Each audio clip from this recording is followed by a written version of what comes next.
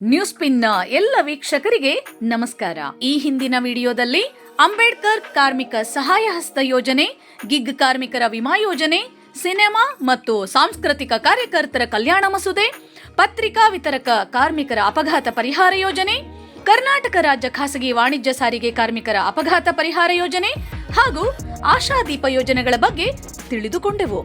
ಈ ವಿಡಿಯೋದಲ್ಲಿ ಋತುಚಕ್ರ ರಜೆ ನೀತಿ, ವಿಶೇಷ ಚೇತನರಿಗೆ ಶಿಕ್ಷಣ ಮತ್ತು ಉದ್ಯೋಗದಲ್ಲಿ ಮೀಸಲಾತಿ ಹಾಗೂ ಮನೆಗೆಲಸದ ಕಾರ್ಮಿಕರ ಕಲ್ಯಾಣ ಯೋಜನೆಯ ಬಗ್ಗೆ ತಿಳಿಯೋಣ. ಋತುಚಕ್ರ ರಜೆ ನೀತಿ. ಋತುಚಕ್ರ ರಜೆ ನೀತಿ ಸಂಬಂಧ ಈಗಾಗಲೇ ಅಧಿಸೂಚನೆ ಹೊರಡಿಸಲಾಗಿದ್ದು, ಋತುಚಕ್ರದ ಅವಧಿಯಲ್ಲಿ ಪ್ರತಿ ತಿಂಗಳು 1 ದಿನದಂತೆ 12 ವೇತನ ಸಹಿತ ರಜೆ ಪಡೆಯಬಹುದಾಗಿದೆ. ಖಾಸಗಿ ಮತ್ತು ಸರ್ಕಾರಿ ವಲಯಕ್ಕೆ ಅನ್ವಯವಾಗುವಂತೆ ಋತುಚಕ್ರ ರಜೆಯನ್ನು ಸಮಗ್ರವಾಗಿ ಜಾರಿ ಮಾಡಿದ ರಾಜ್ಯ ಎಂಬ ಕೀರ್ತಿ ಕರ್ನಾಟಕಕ್ಕೆ ಸಲ್ಲಲಿದೆ. ಋತುಚಕ್ರ ರಜೆ ನೀತಿ 2025ರ ಪ್ರಕಾರ ಖಾಸಗಿ ಸಂಸ್ಥೆಗಳು ಸೇರಿದಂತೆ ಎಲ್ಲಾ ಕ್ಷೇತ್ರಗಳ ಮಹಿಳೆಯರಿಗೆ ಕಡ್ಡಾಯವಾಗಿ ಅನ್ವಯವಾಗಲಿದೆ. ರಜೆ ಪಡೆಯಲು ಯಾವುದೇ ವೈದ್ಯಕೀಯ ಪತ್ರದ ಅಗತ್ಯವಿರುವುದಿಲ್ಲ. ತಿಂಗಳ ಮುಟ್ಟಿನ ರಜೆಯನ್ನು ಆಯಾ ತಿಂಗಳಿಗೆ ಪಡೆಯಬೇಕಾಗಿದ್ದು, ಮುಂದಿನ ತಿಂಗಳಿಗೆ ವರ್ಗಾವಣೆ ಮಾಡುವಂತಿಲ್ಲ.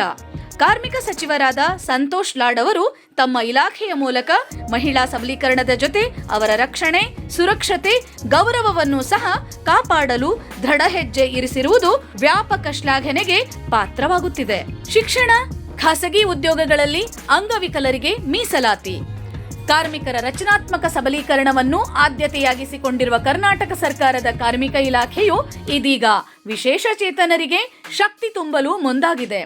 ವಿಶೇಷ ಚೇತನರು ಮುಖ್ಯವಾಹಿನಿಯಲ್ಲಿ ಇನ್ನಷ್ಟು ಆತ್ಮವಿಶ್ವಾಸದಿಂದ ಹೆಚ್ಚಿನ ಸಂಖ್ಯೆಯಲ್ಲಿ ಪಾಲ್ಗೊಂಡು ಸಮರ್ಥವಾಗಿ ಮುನ್ನಡೆಯಬೇಕೆಂಬ ಮಹತ್ವದ ಗುರಿಯೊಂದಿಗೆ ಶಿಕ್ಷಣ ಮತ್ತು ಖಾಸಗಿ ವಲಯದ ಉದ್ಯೋಗದಲ್ಲಿ ಮೀಸಲಾತಿಯನ್ನು ಒದಗಿಸುವ ಮಸೂದೆಯನ್ನು ಸಿದ್ಧಪಡಿಸುತ್ತಿದೆ.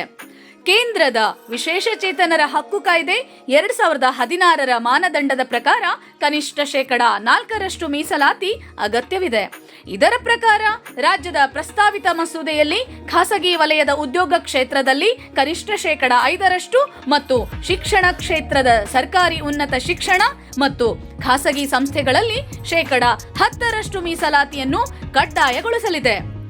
ಮಸೂದೆಯ ಉದ್ದೇಶ: ಕರ್ನಾಟಕದಲ್ಲಿ ಅಂಗವಿಕಲರಿಗೆ ಉದ್ಯೋಗ ಮತ್ತು ಶಿಕ್ಷಣ ಕ್ಷೇತ್ರದಲ್ಲಿ ಮೀಸಲಾತಿ ಒದಗಿಸುವ ಉದ್ದೇಶ ಹೊಂದಿದೆ. ಈ ಹಿನ್ನೆಲೆಯಲ್ಲಿ ಕಾರ್ಮಿಕ ಸಚಿವರಾದ ಸಂತೋಷ್ ಎಸ್ ಲಾಡ್ ಅವರು ಮಾಹಿತಿ ತಂತ್ರಜ್ಞಾನ, ವಾಣಿಜ್ಯ ಮತ್ತು ಕೈಗಾರಿಕೆ, ಮಹಿಳಾ ಮತ್ತು ಮಕ್ಕಳ ಅಭಿವೃದ್ಧಿ, ಶಿಕ್ಷಣ, ಶಾಲಾ ಶಿಕ್ಷಣ ಹಾಗೂ ಉನ್ನತ ಶಿಕ್ಷಣ ಇಲಾಖೆಗಳು ಮತ್ತಿತರೆ ಸಂಬಂಧಪಟ್ಟ ಇಲಾಖೆಗಳಿಂದ ಅಭಿಪ್ರಾಯ ಪಡೆಯುವಂತೆ ಸೂಚಿಸಿದ್ದಾರೆ.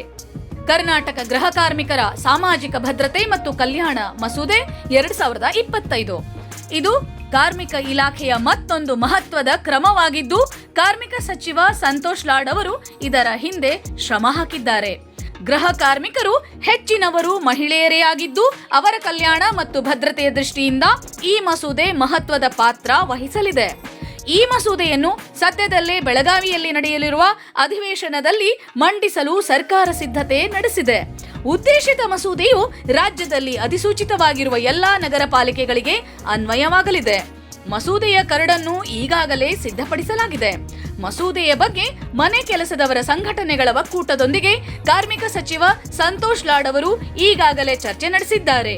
ಮಸೂದೆಯನ್ನು ರಾಜ್ಯಪತ್ರದಲ್ಲಿ ಪ್ರಕಟಿಸಲಾಗಿದ್ದು, ಒಂದು ವೇಳೆ ಮಸೂದೆ ಜಾರಿಯಾದರೆ ಇಡೀ ದೇಶದಲ್ಲೇ ಕರ್ನಾಟಕ ಮಾದರಿಯಾಗಲಿದೆ. ಕಾರ್ಮಿಕ ಸಚಿವರಾದ ಸಂತೋಷ್ ಎಸ್ ಲಾಡ್ ಅವರು ಅಸಂಘಟಿತ ವರ್ಗದ ಕಾರ್ಮಿಕರಿಗೆ ಅನುಕೂಲವಾಗುವ ನಿಟ್ಟಿನಲ್ಲಿ ಈಗಾಗಲೇ ಹಲವಾರು ಸೌಲಭ್ಯಗಳನ್ನು ಜಾರಿ ಮಾಡುವಲ್ಲಿ ಮಹತ್ವದ ಪಾತ್ರ ವಹಿಸಿದ್ದಾರೆ. ಇದೀಗ ಕಾರ್ಮಿಕ ಇಲಾಖೆಯು ಕರ್ನಾಟಕ ಮನೆ ಕೆಲಸದವರ ಸಾಮಾಜಿಕ ಭದ್ರತೆ ಮತ್ತು ಕಲ್ಯಾಣ ಮಸೂದೆ 2025ರ ಕರಡು ಅಧಿಸೂಚನೆಯನ್ನು ಪ್ರಕಟಿಸಿದೆ. ಮನೆ ಕೆಲಸದವರಿಗಾಗಿ ರಾಜ್ಯ ಮನೆ ಕೆಲಸದವರ ಸಾಮಾಜಿಕ ಭದ್ರತೆ ಮತ್ತು ಕಲ್ಯಾಣ ಮಂಡಳಿಯನ್ನು ರಚನೆ ಮಾಡಲಾಗುತ್ತದೆ.